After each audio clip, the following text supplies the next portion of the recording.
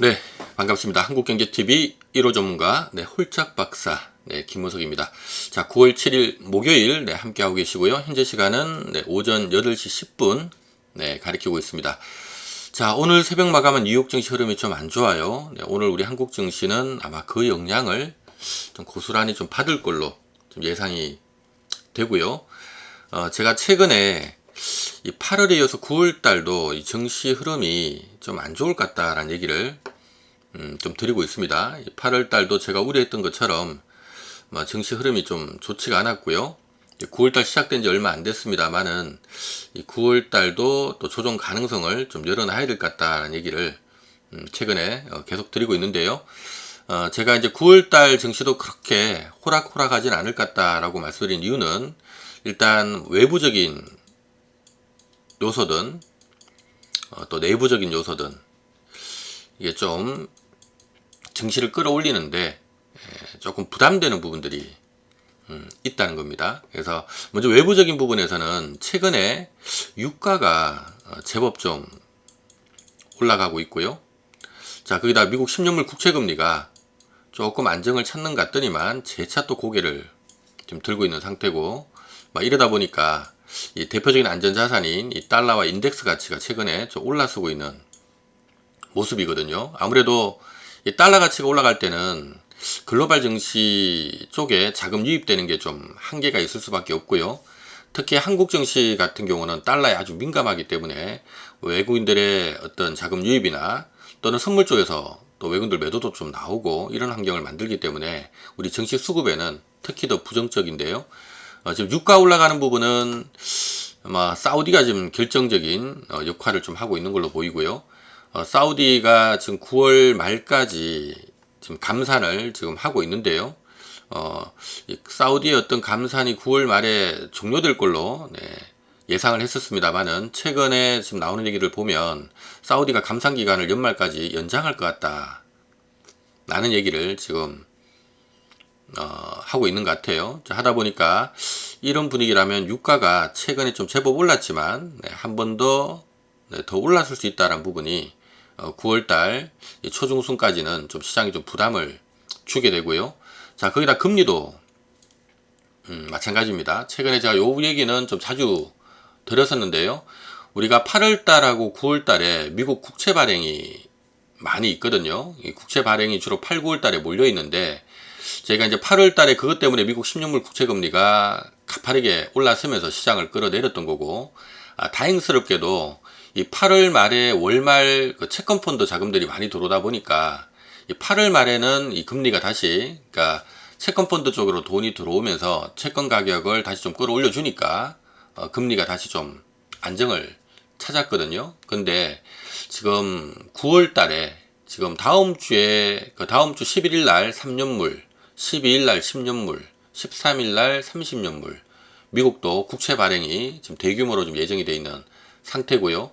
거기다가 지금 9월 달에는 약 1200억 달러에 달하는 이 회사채 발행까지 막 몰려 있다 보니까 다시금 미국 10년물 국채 금리가 위로 또 고개를 또 들고 있거든요. 이렇게 된다면 유가가 여기서 한 번 더 좀 올릴 수가 있고요.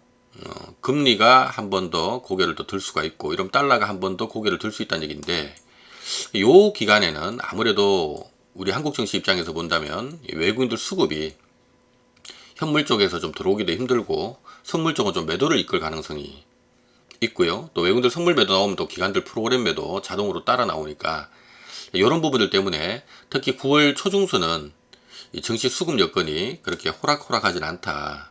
조금 조정 가능성을 좀 열어놔야 될 것 같다라는 말씀 드렸고요. 거기다 또 더해서 내부적으로 이러한 그 외부 수급을 이겨낼 만한 그런 업종별 이벤트들이 좀 붙어주면 좋은데요. 우리 국내 상장되어 있는 기업들 중에서 덩치 큰 쪽이 전기전자, 즉 반도체를 포함해서 전기전자, 그 다음 최근에 우리 시장 주도주로 자리 잡았던 2차전지, 자, 그 다음에 우리 흔히 말하는 이 중국 관련된 기업들, 자, 이런 쪽이 좀 올라서줘야 되는데, 최근에 HBM3 관련된 이벤트가 있었습니다만은 삼성전자가 하루 바짝 오르고 못 올라가고 있고요. 2차전지 쪽은 지금 수급진 이벤트가 8월 말 기준으로 또 종료가 돼버린 상태고, 지금 중국 부동산 위기가 계속되고 있는 상태이기 때문에 아무래도 좀 흔히 말하는 뭐 중국 경기와 연관을 맺는 이 굴뚝 관련된 기업들 있죠. 철강이나 뭐 화학이나 중국 경기에 직접적인 영향을 받을 수밖에 없는 이런 쪽도 좀 부담을 안고 있어서 내부적으로도 약간 지금 뭐 시장을 강하게 끌어올리기보다는 좀 눈치 볼 수밖에 없는 그런 장세가 이어지고 있습니다. 그래서 지금 9월 달에도 좀 9월 증시만 놓고 본다면 좀 전약 후강이 되지 않을까, 좀 밀려야 올라오는 이런 흐름이 되지 않을까 해서 조금 현금을 확보를 해놨다가 이 시장 조정 때 그걸 좀 기회로 보는 전략이 9월 한 달 좀 필요할 것 같다라는 얘기를 드렸는데요. 자, 아직 뭐 그런 부분이 좀 이어지고 있다라고 보시면 될 것 같습니다. 그래서 지금 어쨌든 우리가 주식시장은 매번 좋을 수는 없거든요. 조금 시장 분위기 괜찮을 때는 좀 적극적으로 공략을 하다가도 약간 시장이 좀 재미가 없을 것 같을 때는 조금은 현금을 확보해서 좀 관망을 하면서 기회를 노리는 게 참 무엇보다 중요합니다. 그래서 9월 증시 전약 후강될 것 같다라는 부분 다시 한번 여러분들께 말씀 좀 드리겠고요. 자, 그리고 지금 보고 계신 요 화면은 제가 지금 운영하고 있는 유튜브 채널인데요. 제가 한국경제TV 방송을 지금 25년째 지금 하는 동안에 유튜브 채널을 운영을 안 하다가 제가 지난달에 유튜브 채널을 하나 만들었거든요. 아직은 이제 만든 지가 얼마 안 되다 보니까 뭐 구독자가 이제 한 1,800명 정도, 별로 많지는 않습니다만은 이제 어느 정도 인원이 좀 구독자가 좀 생긴 것 같아서요. 저희가 다음 주부터 요 유튜브 채널을 좀 강화를 하려고 합니다. 그래서 여러분들이 필요로 하는 게 뭘까 생각을 해보니까 일단 뭐 매일매일 시황 관련된 부분들 좀 필요하실 것 같고요. 그 다음에 정보, 뭐 돈이 될 만한 정보들 좀 필요할 것 같아서 제가 다음 주부터는 저희 우리 홀짝파서 유튜브 채널에 좀 짧게나마 제가 매일매일 좀 여러분들 꼭 참조해 보실 만한 그런 시황 관련된 영상들을 실시간으로 라이브로 저희가 좀 올려드릴 예정이고요. 그리고 요 커뮤니티에 저 업종별로 좀 돈 될 만한 정보들 제가 파악되는 대로 여기다가 좀 올려드릴 예정이거든요. 요거 여러분들이 함께하는 방법은 간단하고요. 지금 홀짝퍼사 채널 구독과 알림 서비스 신청해 주시면 무료로 함께 할 수 있으니까 여러분들 사용하시는 그 유튜브 채널에서 검색창에 홀짝박사라고 검색하시면 요런 마크가 하나 뜰 거거든요. 요거 클릭하고 들어오시면 제 홀짝박사 채널에 들어오실 수가 있고요. 들어오셔가지고 구독, 알림 요 두 개 구독만 해 놓으시면 저희가 실시간 라이브 방송을 시작한다든가 또 커뮤니티에 저희가 좀 괜찮은 정보들 이렇게 올려드리면 요게 여러분들한테 알림 서비스 해 놓으신 분들한테는 홀짝파사 요런 걸 올렸네요 하고 저희가 메시지가 나가는데 요거 신청이 안 돼 있으면 메시지가 안 나가거든요. 하니까 구독하고 알림 서비스 이렇게 해두시면 뭐 다음 주부터 시황 관련된 거 또 돈 될 만한 정보들 저희 유튜브 채널에서도 함께 할 수 있으니까 참조하시고요. 검색창에 홀짝박사라고 검색을 하시면 됩니다. 자, 그리고 제가 최근에 이번 주에 이틀 전인가요? 2차전지 쪽하고 반도체 관련된 전망들 제가 TV 방송에서 좀 요약해 드린 부분이 있는데요.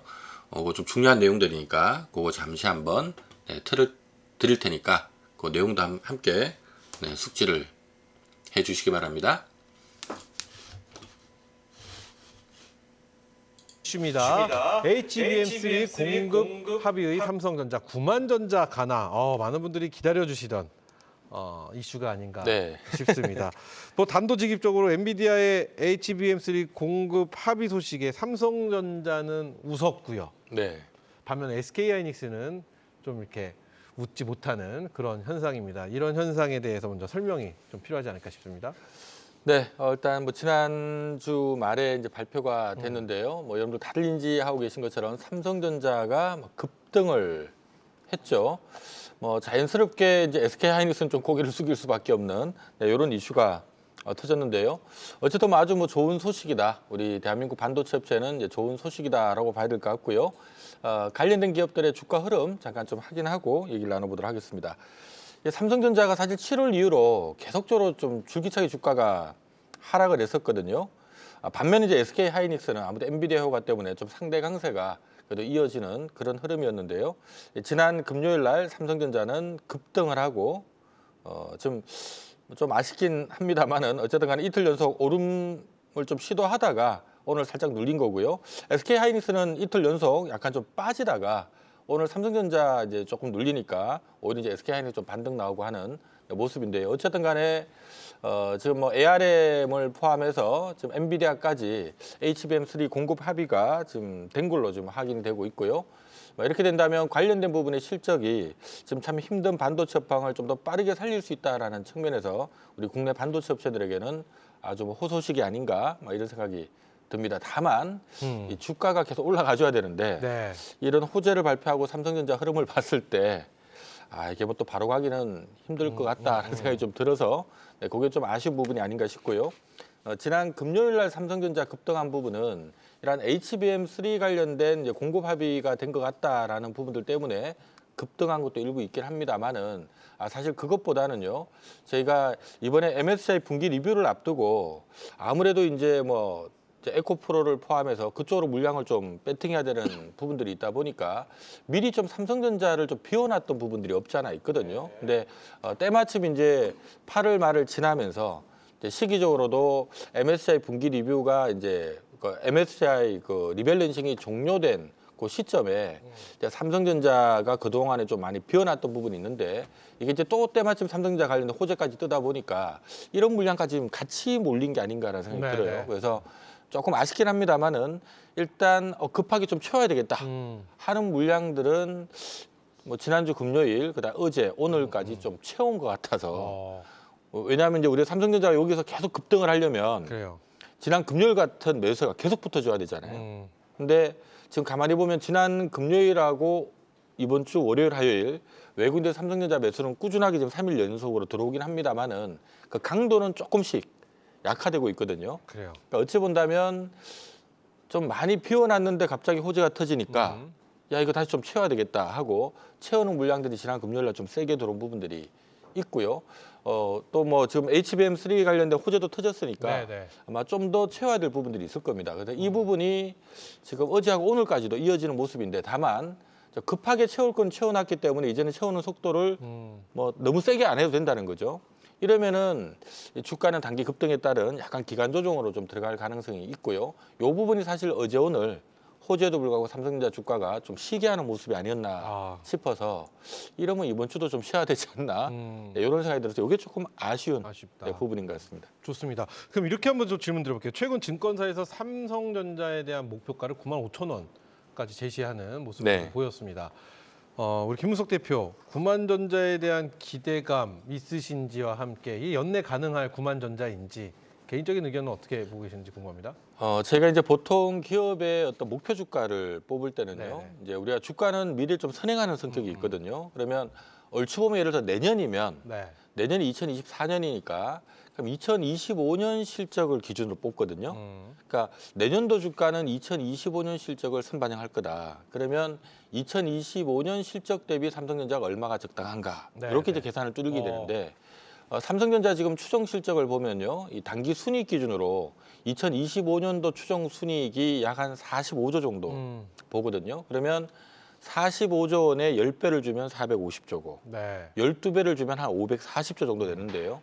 일반적으로 삼성전자는 목표가를 줄 때 PR 한 12배, 그러니까 추정 실적 대비 한 12배를 주거든요. 그러면 얼추 계산하면 2025년도 예상 순이익이 45조니까 곱하기 12배 하면 한 540조.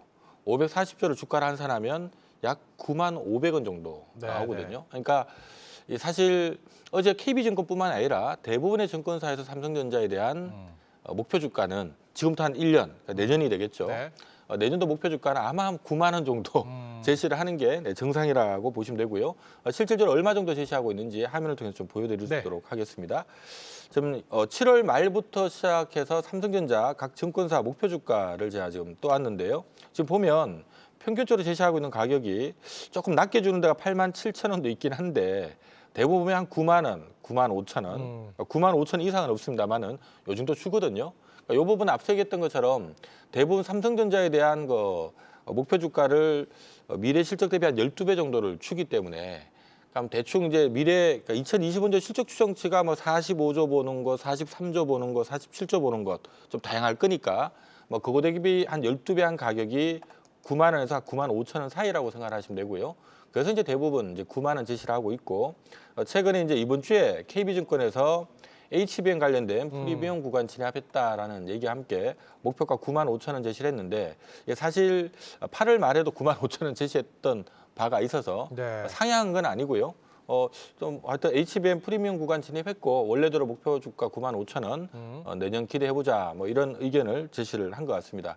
중요한 거는 이제 그럼 올해 9만 원 가나? 네, 네. 라는 부분인데 차트를 잠깐 좀 보면은요. 좋습니다.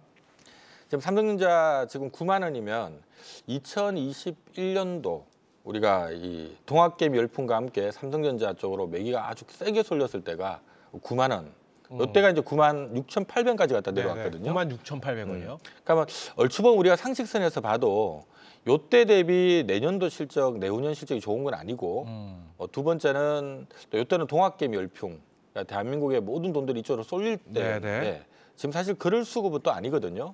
그래서 뭐 그런 부분을 놓고 보고 또 지금 현재 가격에서 어떤 괴리를 놓고 보고 하더라도 우리가 목표가는 9만 원 제시한다 하더라도 올해 연내 9만 원 가기는 좀 쉽지는 않을 것 같고 뭐 내년에는 갈 수 있을지 모르겠습니다만은 어쨌든 간에 올해 연내 9만 원 가는 거는 좀 쉽지 않은 부분이다라는 말씀. 올해 연내는 그럼 어느 정도? 제가 지금 연초부터 계속 말씀드렸던 부분이 올해 삼성전자 목표 주가를 제가 저도 이제 이렇게 똑같이 계산을 이렇게 하면 네네. 목표 주가는 9만 원 나오는데 문제는 모두가 9만 원을 목표 주가를 하면 8만 5천에 사고 싶으세요? 8만 5천 원에 9만 원. 뭐 그렇죠. 어찌 뭐 목표가 확실하게 9만 원이면 한다면야 뭐 네. 목표가가 9만 원이면 8만 5천에 저는 사고 싶지는 않거든요. 그래요. 왜냐하면 아니 9만 원까지밖에 못 가는 걸 8만 5천에 사서 먹을 게 없잖아요. 그래서 이게 무슨 얘기냐 하면 목표가가 9만 원이면 이게 대충 막 8만 5천 원만 가도 거기서 거의 상투 칠 가능성이 높으니까 그러면 제가 봐서는 올해는 8만 5천 원도 힘들겠다. 그래서 제가 이 차트 잠깐 보시면은요. 연초부터 제가 줄을 꺼드린 가격이 7만 5천에서 8만 원 여기다 줄을 거드렸거든요. 네. 그래서 지금 삼성전자 목표가가 대충 한 9만 원 제시받는 분위기니까 그럼 9만 원은 못 갈 거고 8만 5천에 저항될 가능성이 높다는 얘기인데 그러면 또 8만 5천을 다 저처럼 인식을 한다면 8만 5천도 못 갈 수가 있다는 얘기죠. 그래요. 그래서 대충 한 7만 5천 원, 8만 원 정도까지 보시는 게 올해는 맞는 것 같습니다라는 얘기를 자 지금 연초부터 드리고 있고요. 그 얘기 때문에 최근에 7만 5천 원 부근 갔을 때 여기서는 이제 좀 올라가면 좀 줄이는 게 맞습니다.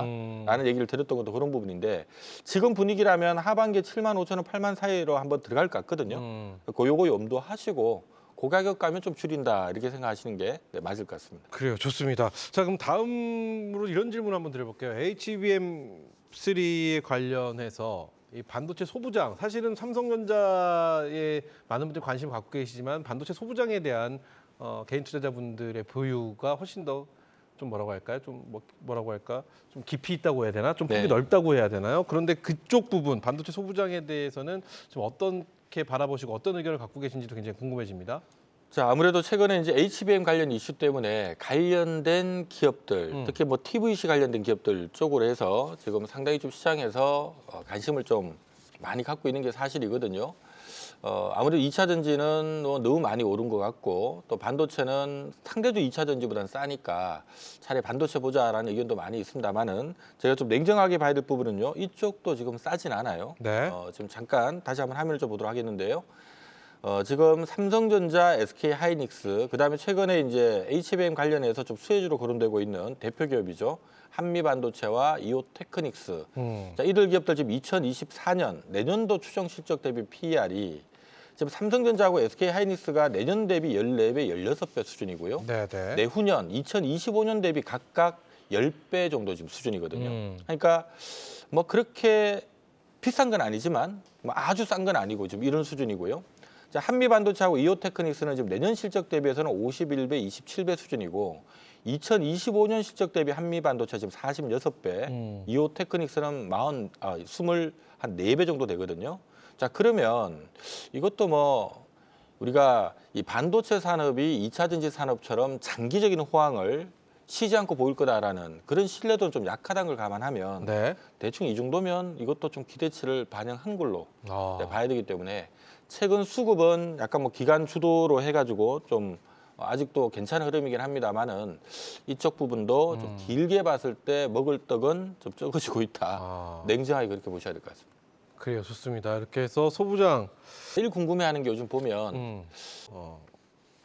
MSCI 리밸런싱 수급이 끝나면서 하락 전환.